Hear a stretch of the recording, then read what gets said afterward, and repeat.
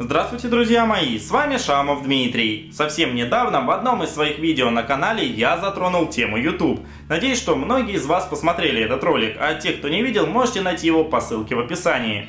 Я уж никак не мог подумать, что совсем скоро опять же запишу видео про YouTube. Но тут такое дело, что YouTube ввели какую-то новую, не до конца понятную, неоднозначную функцию, о которой я хотел бы с вами поговорить. Как вы знаете, YouTube время от времени вводит новые функции, но в основном для авторов контента. Улучшенная статистика, удобное отображение видео, какие-то там расширенные комментарии и многое другое. Для самих же подписчиков обычно вводят улучшенное отображение комментариев, и эти комментарии обычно глючат, куда-то пропадают. Но во всяком случае сам YouTube всегда что-то делает и пытается как-то улучшить свой сервис, ввести что-то новое, там 4К добавляет разрешение, 360 градусов видео и прочее. И в этот раз тоже они в погоне за тем, чтобы улучшить свой ресурс, ввели такую функцию, которая называется YouTube Heroes, что можно перевести как «Герой YouTube». Пока что не до конца понятно, что это вообще такое и что в итоге получится, но они выпустили на своем YouTube-канале, сам же YouTube, ролик, который называется Getting Started with YouTube Heroes, где рассказали о функции.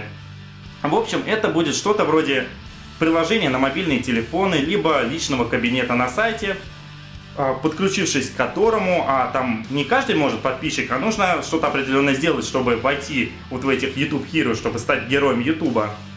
И вот когда человек становится героем YouTube, он может не просто смотреть ролики, а модерировать их, становится просто модератором YouTube, по сути. И как там указано в этом ролике, что начинает пользователь с того, что добавляет к роликам, которые ему нравятся на YouTube, просто субтитры. Например, я знаю там испанский язык. Вот неплохое видео, добавлю-ка я к этому видео испанские субтитры. И добавляет. Автор это все одобряет. И сам пользователь, который сделал эти субтитры, получает вроде баллы какие-то, поинты такие. И постепенно уровень, как в играх, этого пользователя растет. И он поднимает все больше уровней, там, 2, 3, 4, 5, и там до 5 во всяком случае в ролике так указано. И когда пользователь получает, например, 2 уровень, у него получается, что он получает новые функции. Он может не только добавлять субтитры, а, например, рассылать репорты, ставить флаги на видео. Например, он считает, что вот это и вот это видео какое-то не очень, не соответствует оно там правилам YouTube, либо оно вообще плохое и не нужно, чтобы было такое видео на YouTube, и он отсылает вот эти репорты, по сути жалобы на целую кучу видео, и они приходят куда-то в YouTube. А как вы понимаете, это будет делать не один модератор, а их будет сотни, может быть миллионы, и они все будут это делать. Дальше он получает функции не просто репорты отсылать, а модерировать комментарии под видео, то есть комментарии других пользователей, например, вас, либо там ваших друзей, кого-то еще. Пока непонятно, как они будут модерироваться, потому что ничего не объяснено. Либо это просто будет удаление комментариев, либо помечать как нехорошие комментарии, чтобы они уходили куда-то там, например, в спам, либо на рассмотрение. Пока точно непонятно, но во всяком случае другие пользователи теперь могут влиять на ваши комментарии, а не просто ставить лайк, либо дизлайк. Вот так вот получается. Дальше же появится еще какие-то новые функции, доходя до того, что вот этот вот модератор, герой YouTube, сможет связываться напрямую с стафом, с сотрудниками самого YouTube и что-то напрямую им говорить. И дальше, пока точно не объяснено, что будут за правила, но я расскажу вам, что это вообще такое и к чему это может привести. Как вы знаете, на YouTube есть люди, которые создают какой-то контент, и, например, им не нравится конкурент какой-то. И они призывают: идите-ка, мои подписчики, дизлайкайте вон видео того. Например, автор А говорит: идите дизлайкайте автора Б. Идите кидайте ему жалобы на видео, сделайте так, чтобы его канал забанили. Есть такое на YouTube, некоторые так делают. В последнее время в российском YouTube это вообще часто стало такое вот практиковаться, к сожалению. И даже сейчас просто обычными жалобами, обычными дизлайками там можно как-то повлиять на канал другого человека. Думаю, может быть, слышали, был какой-то момент такой, я точно за этим не следил, но во всяком случае я точно знаю, что такое было. Что на канал Ивангая, я думаю, знаете такого блогера, ему на многие видео поставили рейтинг 18+. Не просто же их так поставили, потому что вряд ли там есть контент 18+, но, видимо, из-за жалоб. А теперь у вот этих героев появляется легальная возможность не просто кидать какие-то жалобы, а реально повлиять на эти видео.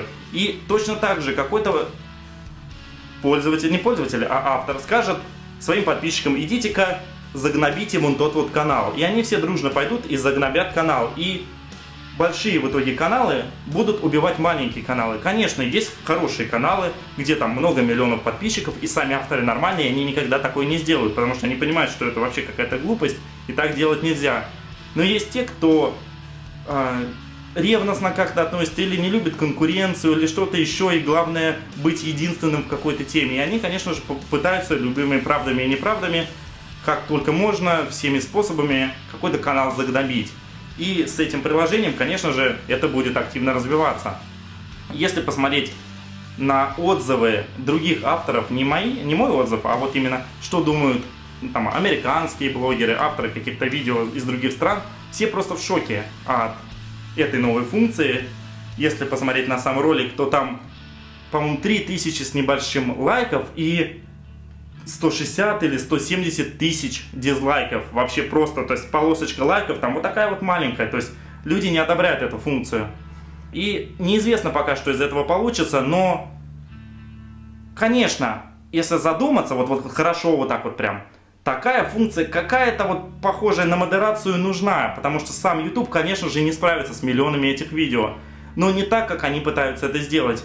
Нужны специально отобранные люди, которые тоже будут получать какую-то за это денежку, которым будет выгодно это делать, потому что, предположим, если они неправильно или там специально кого-то загнобят, то они, предположим, теряют свои деньги. Если была бы какая-то такая система, то был бы смысл. А здесь вот совершенно непонятно, что из этого получится, потому что часть YouTube, конечно, стоило бы убрать. И я не говорю про каналы, которые там снимают что-то плохое, а, например, есть просто пользователи, которые выкладывают себе на канал бац и целый фильм, пиратку, например, или бац и копируют полностью весь контент другого канала и выкладывают у себя. Такое, конечно же, нужно прикрыть. И здесь я понимаю, здесь нужно как-то бороться, и иногда не всегда уследишь за этим, потому что вот это вот видеофильм может быть в маленьком окошке и назван, например, как-нибудь «Моя дочка играет с собакой», например, а на самом деле там фильм «Дэдпул». Такой тоже может быть, поэтому надо за этим, конечно, следить.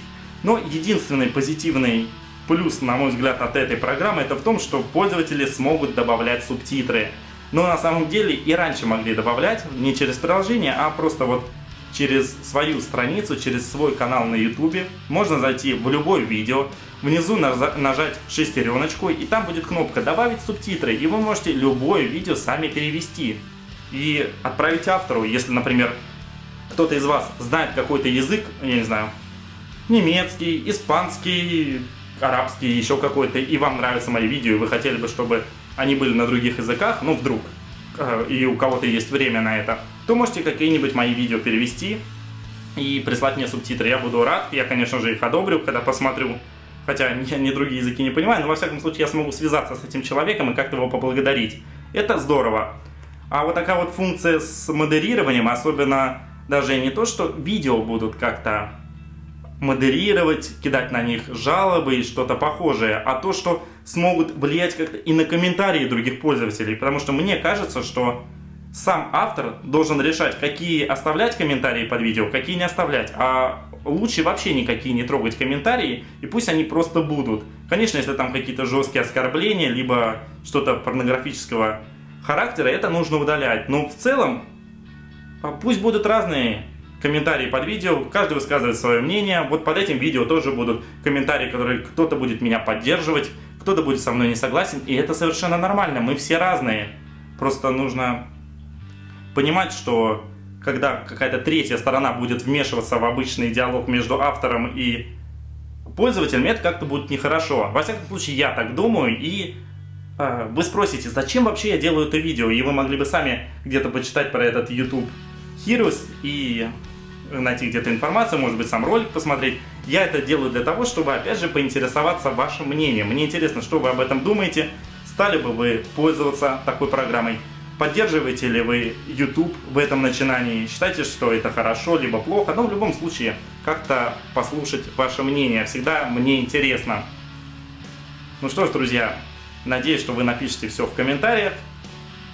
Если вы еще не подписаны на мой канал, то обязательно подписывайтесь. Есть много разных интересных роликов. Не только где я вот так вот сижу, а из разных мест в Японии, в России, вообще везде. Так что обязательно подписывайтесь на канал, оставляйте комментарии, ставьте большие пальцы вверх. Подписывайтесь также на группу ВКонтакте, в Твиттер, Инстаграм, Фейсбук и другие социальные сети. У меня есть их много, наверное, все самые популярные. Буду рад вас видеть. Ну что ж, до встречи в следующих видео, друзья. До свидания.